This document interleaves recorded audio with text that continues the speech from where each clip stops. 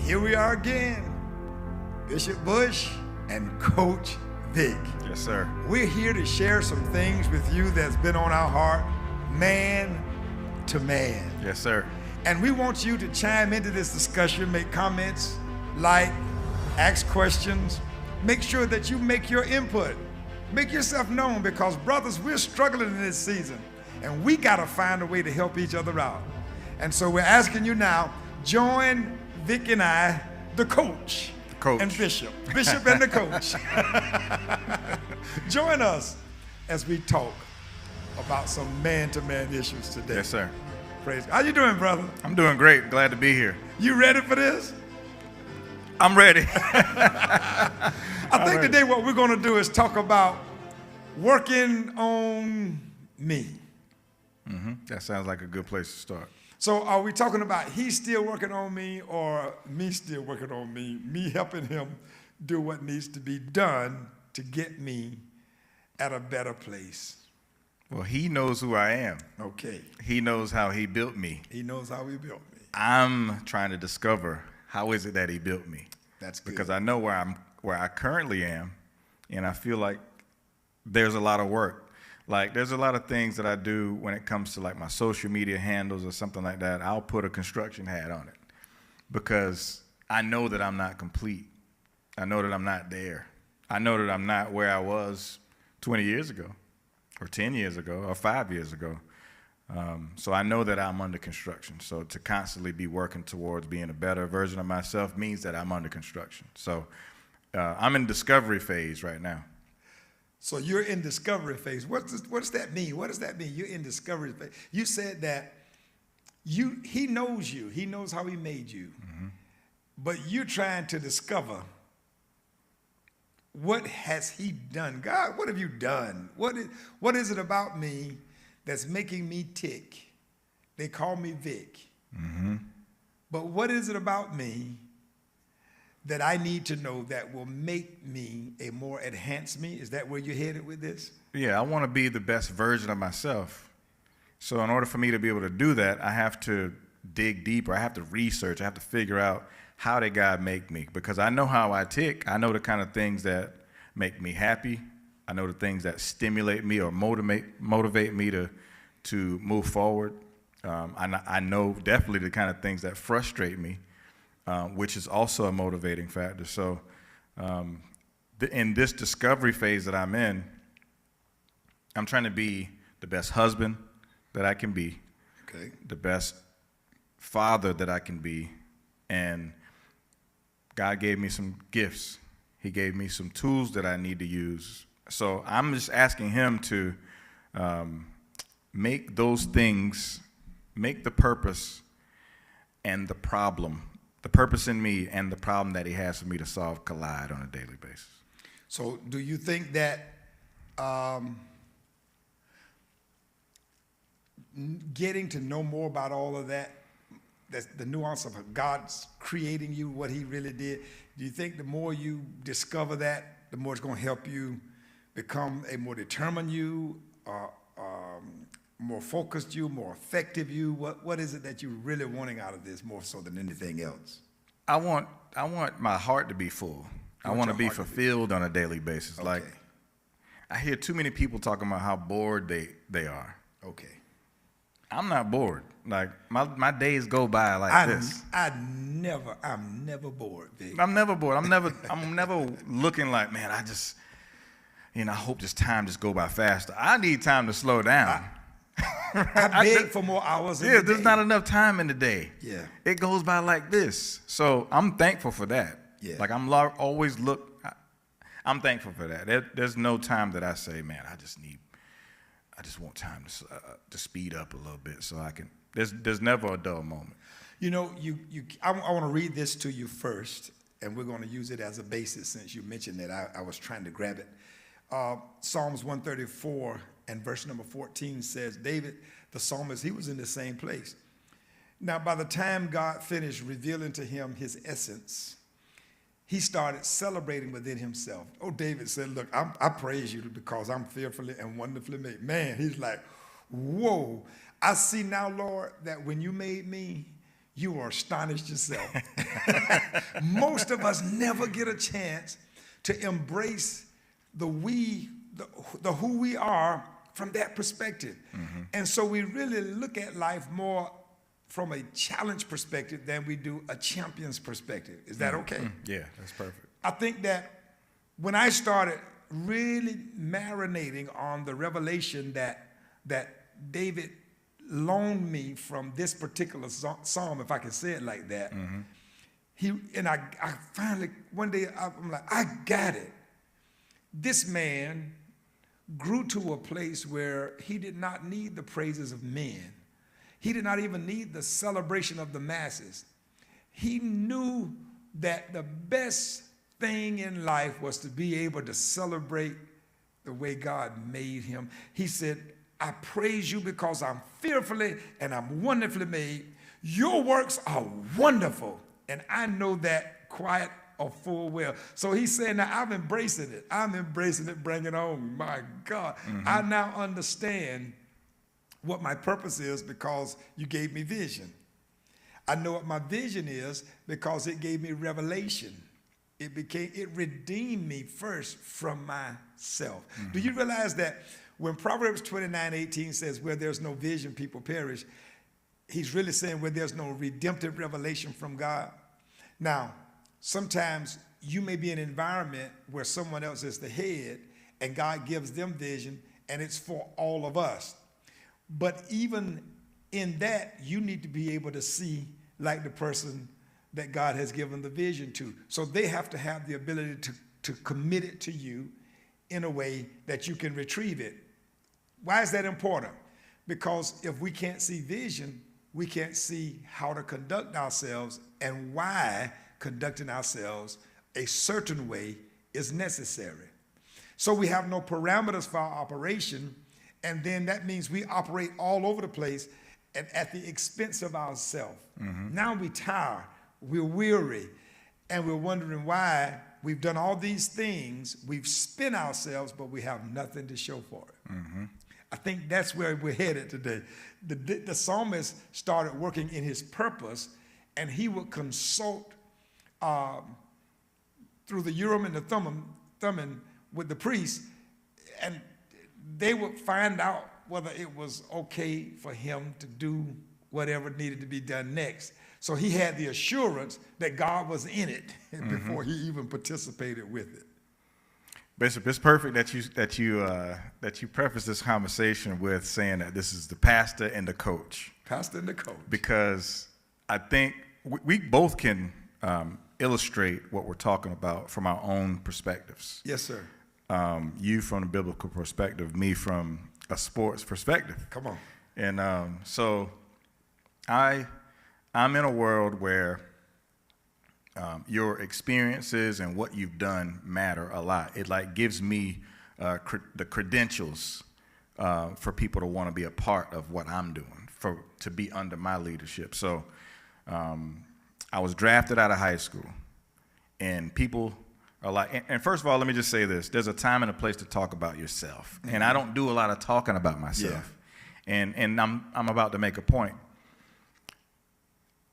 Let's just say we have a tryout because I want a bunch of people to come and be a part of my organization. So we advertise that there's going to be tryouts, next month. Get ready.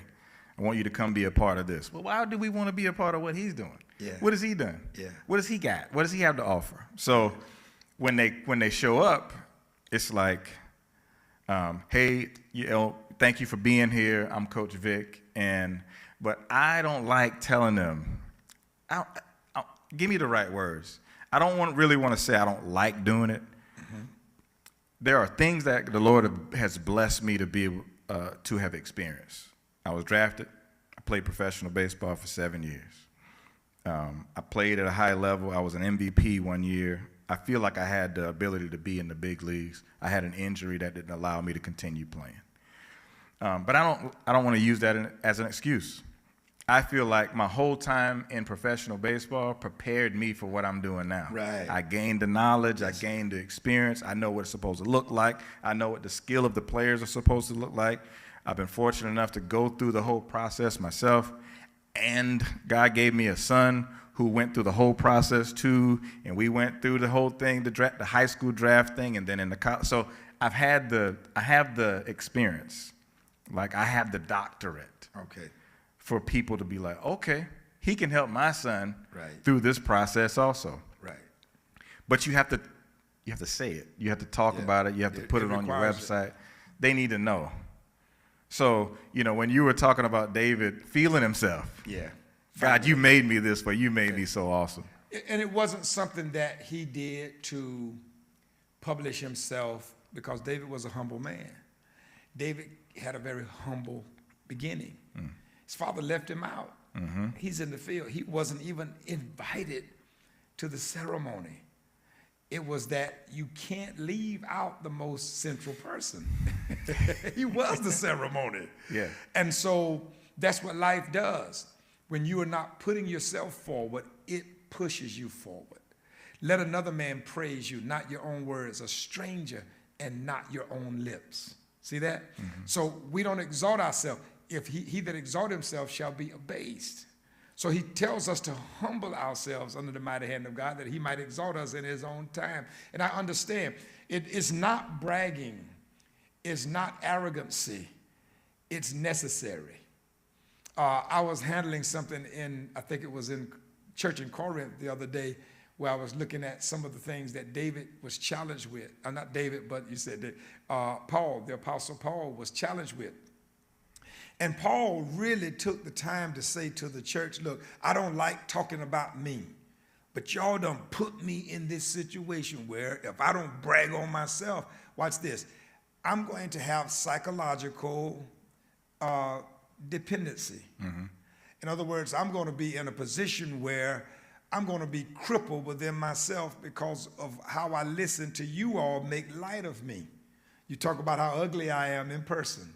You talk about the fact that my letters, they seem to be so challenging and authoritative, but then when you see me, it's like it don't even matter. You just make light of who I am. Yeah. You so much as call me ugly. Yeah. And insignificant. So I need to help you understand what my resume consists of. Yes. And boy, he put it forward.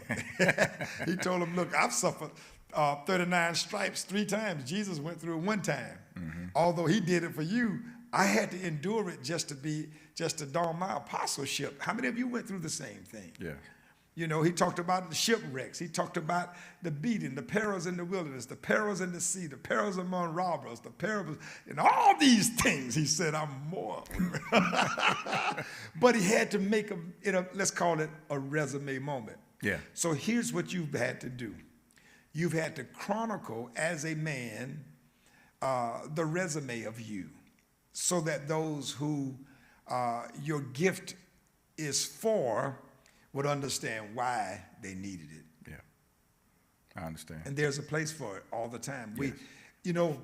As a pastor or a preacher, you preach and you say a lot. A lot of times you're in this I don't know whether we call it a conundrum or whether it's just a dichotomy or what, but you're in this situation where you want to use experiences relative to today, and in order to do it, you got to journey out the book. But the problem is, if you take too many chances on using the people, then the risk of hurting or losing that person, because so many of us are sensitive in ways that you just don't consider. Yeah. So you use yourself at the expense then of who you really are, because you're humble, you really don't want to, but because God has been good to you and you're trying to give an experience that others can relate to, you use yourself. And in the process of doing so, people who would love to have or be or do what you're doing, they would love to be able to say that about themselves, but because you're having to do it, now they make light of it and turn it into something where you're all looking at, being arrogant or being prideful. Or, no. You're having a resume moment. And these are things we have to realize at some point in life. We do it for ourselves, which is when it's necessary, Vic, we have to do it. Because there's a time when people will leave you on an island of need because they don't want you to think good of yourself because of your accomplishments. Right. You with me? But there are other times, in most cases, men need to know descriptively who you are. And so they need your resume so that it can move them forward in the area of their need when they are requiring your service. They already know that you are the proficiency of functionality in the area of their need. How about that? Well, you see how many people hate on Deion Sanders these days. Right now. Not even recognize this man is a Hall of Fame NFL player, like the best that ever did it in his position. You don't have to tell anybody, but Yeah. okay. So I just wanted to use him as an example right now. I love what he's doing, by the way, but I know that don't have anything to do with what we're talking about. I understand that people need to know. And I like the example that you gave because if you tried to give too many real world stories, Yes. somebody in the crowd is going to think that you're talking about them. Yes. But not having the perspective that there's nothing new under the sun. What you're going through is not anything new. Right. You're not the only one. Right. I was just telling my nephew this yesterday. Like, okay, I had to break it down to him. There's a story in the Bible called Job. See? He got everything taken. Just because you got some little things, and I tried not to make light of it because I didn't want to discredit his situation. But this is not the first time. This is not where we give up. This is not where we throw in the towel. This is how the Lord proves to you how strong you are. That's good. So, again, I'm in discovery phase. What I'm capable of handling through myself, and while I'm doing and trying to be the best version of myself, I still have to be available to use the tools that the Lord gave me. So what does a man look like in discovery phase? Can you talk to me from that place? The place. Let me just read this first. Let's just look at not just that one verse 14 in this psalm. This psalm tells us much more about ourselves and how to properly interpret others than we probably give credence to. It says, you have searched me, Lord, and you know me. This is how you started talking this morning. You know when I sit, you know when I rise. You perceive my thoughts from afar. You discern my going out and my lying down. You're familiar with all of my ways. Now, the term he's using here in the Arabic, he's literally said, you have relationship. You know my ways better than I do. You are familiar, he says, with all of my ways. Before a word is on my tongue, you, Lord, know it completely. Vic, listen at this. Now, this is relationship. Mm-hmm. He says, you hem me in behind and before. You lay your hand upon me. Such knowledge is too wonderful for me. That's where you are. Too lofty for me to attain. Where can I go from your spirit, Lord? Where can I flee from your presence? If I go to heaven, you're there. If I make my bed in the depths, you're there. If I rise on the wings of the dawn, you're there. If I settle on the far side of the sea, you're there. Even there, your hand will guide me. Your right hand will hold me fast. If I say, surely the darkness will hide me and the light become night around me, even the darkness will not be dark to you. My darkness won't be dark to you. Mm-hmm. The night will shine like the day, for darkness is as light to you. For you created my innermost being. This is it. You knit me together in my mother's womb. Now, this is sometimes what we don't get. Why you got to understand now, he's showing us through revelation the intricate details of the knowing, the gnosis, yeah. The relationship God has with us that we don't have with ourselves. He's also talking to us about the communion and the communication. The communion God has with us, spirit, soul, and body, in ways that we can't communicate with ourselves. So God has communion with these three primary avenues that compartmentalize our triunity. He has communion with what we're having difficulty communicating with, and it's us. Here, he goes further and he says, so you created my innermost being. You knit me together in my mother's womb. That means you hadn't come out yet, Vic. I praise you because I'm fearful. Now he goes to it. I praise you. He gives God praise for what he's acknowledged. He said, my frame was not hidden from you. Now watch the terms he used. When I was made in the secret place, when I was woven together in the depths of the earth, your eyes saw my unformed body. All the days for me were written in your book before one of them came to be. How precious to me are your thoughts, God. How vast is the sum of them. Where can I count them? They would outnumber the grains of sand. When I awake, I am still with you. Now, even though these thoughts that you know I have, you're so familiar with them that they outnumber the grains of sand. But notice how he ends it. Look at all the folly, I think, the foolishness, I think, the fondness, I think, the foundation, I think. You see this? We go on and on. The frivolity, they just use the F family. But after I finish where you got, you are still there. Mm-hmm. Says a lot about the theology we have to encounter in our lives so that we don't deceive ourselves into thinking that God leaves us because of our thinking. Especially when he's more familiar with the thoughts that we think than we are. A lot of people get programmed to think that the thoughts that we have make us that person. Like, I've had to tell my son this. Just because you think about robbing a bank doesn't make you a bank robber. The action itself makes you the bank robber. Yes, sir.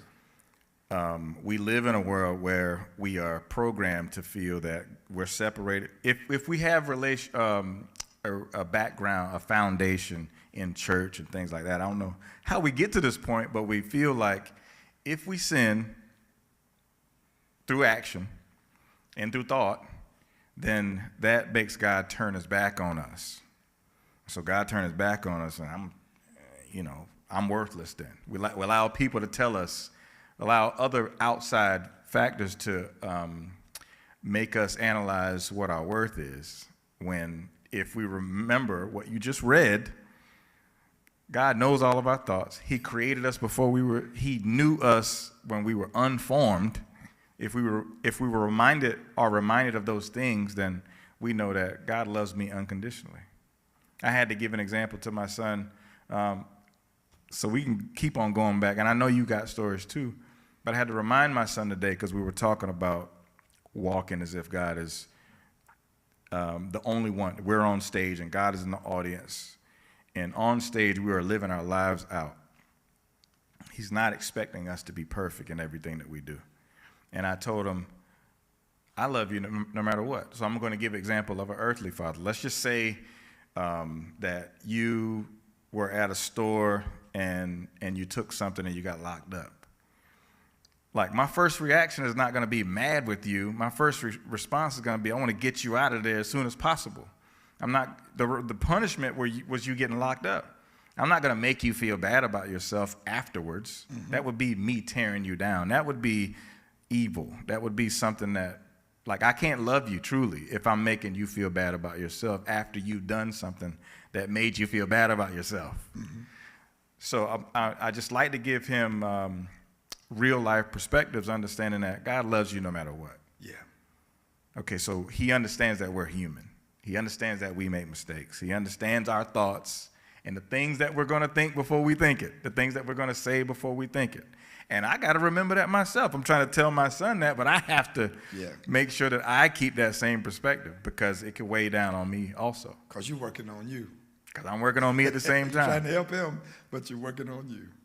A lot of us, I'm sure that there's a lot of people who are going to listen to this program that we're having right now, and they have the ability to have conversations with their friends, family members, and help them solve all of their problems. but then can't handle their own. Don't even know where to start.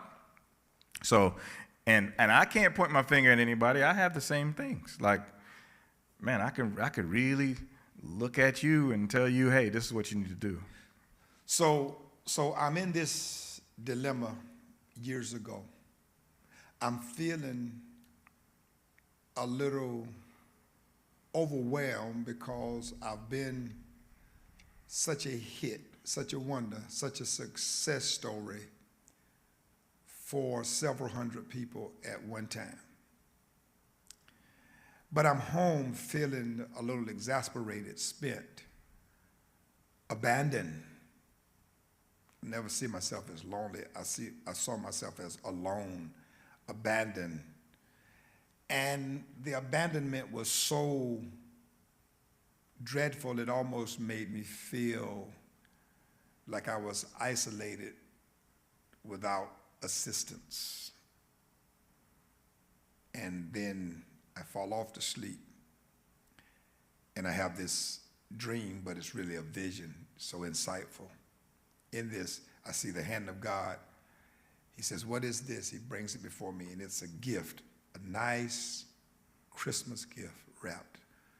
Paper that I would have selected myself, beautiful, had a tremendously beautiful ribbon on it. Nice gift. And all of a sudden, he says, I want you to watch what this gift does. Takes the gift, he hands it to this group of people, and it's enough in it for all of them. It's dispersed. They tear it apart. He said, watch how they crave it. Watch how they're infected by it, affected with it. And I'm watching it, I'm enamored. And I'm like, wow. And then he says, where did the gift go? I awake and I said, oh, I'm a gift to them, but I wasn't a gift to myself. Mm-hmm. Wow.